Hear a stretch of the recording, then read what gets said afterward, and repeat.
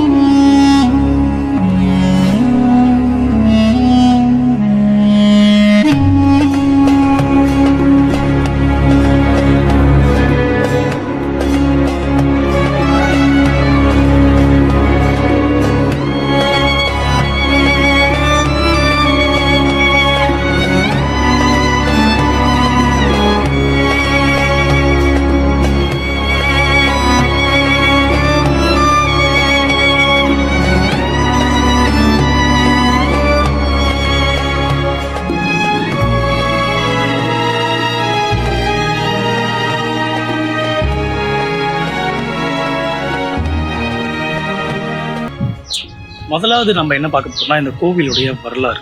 So இந்த கோவிலுடைய வரலாறு என்னன்னு பார்த்தீங்கன்னா வந்து பராந்தக சோழன். ஸோ முதலாம் பராந்தக சோழனால் இந்த கோவில் வந்து கட்டப்படுது. ஆனால் இது வந்து சைவ கோவில் கிடையாது, இது ஒரு வைணவ கோவில். ஸோ இது வந்து லார்ட் விஷ்ணுக்காக கட்டப்பட்ட ஒரு கோவில் ஆகும். ஸோ இந்த கோவிலில் வந்து யாரெல்லாம் வந்து டொனேஷன் கொடுத்துருக்காங்க அப்படின்னு நீங்கள் பார்த்தீங்கன்னா வந்து ராஜராஜ சோழன், பராந்தக சோழன். ஸோ இந்த கோவில் வந்து கல்வெட்டுகளாக தான் இருக்கும். இந்த கோவிலுக்கு வந்து அவங்க என்னென்ன தானம் கொடுத்தாங்க அது பற்றிய கல்வெட்டுகள் எல்லாமே முழுசாக எடுத்துருக்கு. அதே மாதிரி ராஜராஜ சோழன் அவருடைய காலத்தில் வந்து இங்கே வந்து 90 இந்த கோல்டன் பாயிண்ட்ஸ் மாதிரி வந்து இந்த கோவிலுக்காக கொடுத்துருக்காரு. ஏன்னா இந்த கோவில் கொடுக்குற டொனேஷன்ஸ் வச்சு தான் வந்து இந்த கோவிலை வந்து இவங்க ரன் பண்ணிட்டு இருக்காங்க.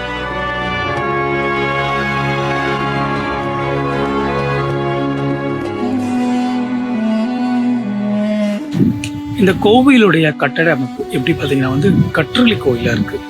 அதே மாதிரி இந்த கோவிலுக்கு வந்து விமானம் வந்து இல்லை, இப்போ விமானம் இல்லை. அதாவது இது கட்டப்படும் போது இருந்திருக்கலாம், இல்லாமையும் போயிருக்கலாம். ஸோ வாய்ப்பு உண்டு. அதே மாதிரி இந்த கோவிலுடைய வடிவமைப்பு கரெக்டாக வச்சு நீங்கள் பார்த்தீங்கன்னா வந்து ஒரு சின்ன கோவிலாக தான் இருந்திருக்காது. கண்டிப்பாக இது ரொம்ப பெரிய கோவிலாக இருந்திருக்கும். ஆனால் நீங்கள் இன்னைக்கு பார்க்குற இந்த கோவில் வந்து ஒரு பாதி சோடு மட்டும்தான் இந்த கோவில் இருக்குது.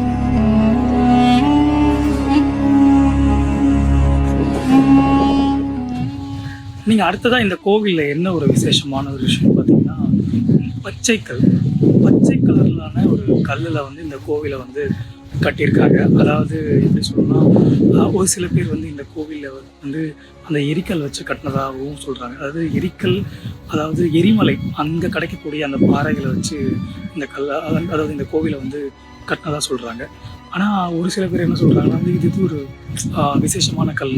ஸோ இதுக்காக ஒரு வித்தியாசமான ஒரு கல்லை வச்சு இந்த கோவிலை வந்து ஸ்பெஷலாக வந்து பண்ணியிருக்கிறதாகவும் சொல்கிறாங்க.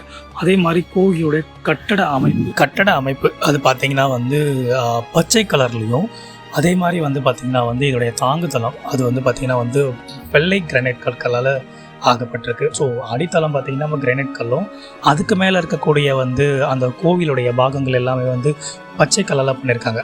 ஸோ இது ஃபுல்லாகவே பார்த்திங்கன்னா வந்து ஒரு யூனிக்கான ஒரு விஷயமாகவே வந்து ஃபுல்லாகவே பண்ணி முடிச்சு வச்சுருக்காங்க இந்த கோவிலோட பார்த்திங்கன்னா வந்து.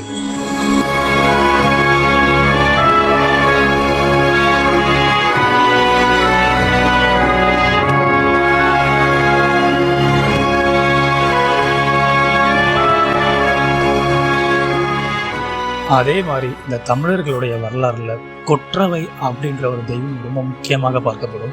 அதே மாதிரி இந்த கிராமங்களில் அந்த இடத்துலலாம் வந்து இந்த கொற்றவையுடைய சிலை பார்க்கலாம். இங்கே இருக்கக்கூடிய கொற்றவையோட சிலையில் என்ன ஒரு வித்தியாசம்னு பார்த்தீங்கன்னா வந்து சிங்கமுகம் கொண்ட ஒரு கொற்றவையை வந்து நம்ம இந்த இடத்துல வந்து பார்க்கலாம். கோவிலுடைய முன்பகுதி பார்த்திங்கன்னா வந்து அர்த்த மண்டபம் மட்டும்தான் இருக்குது. ஸோ அதுக்கப்புறமா இந்த கோவிலில் உள்ள சிலைகளாக இருக்கட்டும், இங்கே வடிவமைக்கப்பட்ட சில சித்திரங்களாக இருக்கட்டும், அதே மாதிரி கண்ணனுடைய சித்திரங்களாக இருக்கட்டும், அதே மாதிரி வந்து பார்த்திங்கன்னா வந்து இந்த கோவிலில் இருக்க கொற்றவையோட சித்திரமாக இருக்கட்டும், இதெல்லாமே வந்து இங்கே சிறந்ததாக வளர்க்கப்படுது. அதே மாதிரி இந்த கோவிலுடைய உள்ளே இருக்கக்கூடிய கருவறைக்குள்ளே பார்த்திங்கன்னா வந்து சிலை எதுவும் கிடையாது. அதுக்கப்புறம் வந்து உள்ள ஒரு சில சிலைகள் மட்டும் வந்து சிதிலம் அடைஞ்சிருக்கு. அதாவது பார்த்திங்கன்னா வந்து தலை இல்லாமல், கழுத்து இல்லாமல், ஸோ அந்த மாதிரியான ஒரு சில சிலைகள் மட்டும் தான் வந்து உள்ளே இருக்குது. ஸோ ஒரு கோவில் மட்டும் தான் இருக்குது, தவிர்த்து கோவிலுக்குள்ளே எந்த ஒரு விஷயமா வந்து இப்போதைக்கு எதுவுமே இங்கே இல்லை. இந்த கோவிலை நம்ம முழுசாக சுற்றி பார்த்ததில் ஒரு விஷயம் மட்டும் இன்னுமே சரியாக வந்து நமக்கு விடை கிடைக்கவே இல்லை. இந்த கோவில் வந்து இந்த பச்சைக்கல் வந்து எங்கிருந்து கொண்டு வரப்பட்டது அப்படின்னு தெரியல. சுற்று வட்டாரத்தில் எங்கேயுமே வந்து பச்சை கற்களாலான எந்த மலையும் இல்லை. அதே மாதிரி இதில் வந்து இந்த கல் எங்கேருந்து கொண்டு வரப்பட்டதுன்னு அப்படின்ற ஒரு கல்வெட்டும் நமக்கு எதுவும் தரவும் இல்லை. இது ஃபுல்லாகவே தேடி பார்க்கும்போது அதே மாதிரி சோழர்களுடைய கட்டடக்கலை அமைப்பில் வந்து பார்த்திங்கன்னா இந்த கோவில் வந்து ஒரு சிறந்த கோவில் அப்படின்னு சொல்லலாம். ஏன்னா வந்து பச்சை கல்லும் சரி, அந்த ஒயிட் கிரானைட்டும் சரி, அது ரெண்டுத்தையும் வச்சு மேக் பண்ண ஒரே கோவில் வந்து இந்த கோவில் மட்டும்தான் அப்படின்னு சொல்லலாம். அதே மாதிரி இந்த கோவில் அமைஞ்சிருக்கிற இடம் பார்த்திங்கன்னா வந்து திருமால்பூர், கரெக்டாக வயல்வெளிக்கு நடுவில் அமைச்சிருக்காங்க. அதே மாதிரி ஆர்கியாலஜிக்கல் சர்வே ஆஃப் இந்தியா அவங்க கட்டுப்பாட்டுகளை தான் வந்து இந்த கோவில் வந்து சரி பண்ணிட்டு வராங்க. ஸோ அதுக்கப்புறம் வந்து இந்த கோவிலை வந்து மிக சிறந்த முறையில் வந்து இன்னும் மெயின்டைன் பண்ணிகிட்டு இருக்காங்க. நான் போய் விசிட் பண்ணும்போது இந்த கோவிலை வந்து ரொம்பவே பக்காவாக தான் மெயின்டைன் பண்ணியிருந்தாங்க. எந்த ஒரு இதுவும் இல்லை. இந்த கோவிலை வந்து எல்லாருமே விசிட் பண்ணக்கூடிய சூழ்நிலையில் தான் வந்து இந்த கோவில் வந்து இன்னும் இருக்குது. Finally end of the episode. So நான் உங்களுக்கு ஃபுல்லாகவே இந்த கோவிலை ஃபுல்லாக சுற்றி காட்டியிருக்கேன். நீங்கள் இந்த கோவிலுக்கு வரணும்னு நினச்சிங்கன்னா வந்து டிஸ்கிரிப்ஷனில் நான் உங்களுக்கு வந்து மேப்பை பிக் பண்ணுறேன். அப்படி இல்லைனா நீங்கள் திருமால்பூர் ஸ்டேஷன் வந்து அங்கேருந்து ஷேர் ஆட்டோ வழியாகவும் போகலாம். கரெக்டாக காஞ்சிபுரத்துலேருந்து 14 கிலோமீட்டர், அதுக்கப்புறம் திருமால்பூர்லேருந்து 4 கிலோமீட்டர். ஸோ இந்த வீடியோ உங்களுக்கு பிடிச்சிருந்தா லைக் பண்ணுங்கள், ஷேர் பண்ணுங்கள், மறக்காமல் சப்ஸ்கிரைப் பண்ணுங்கள். தேங்க்யூ ஸோ மச் ஃபார் வாட்சிங்.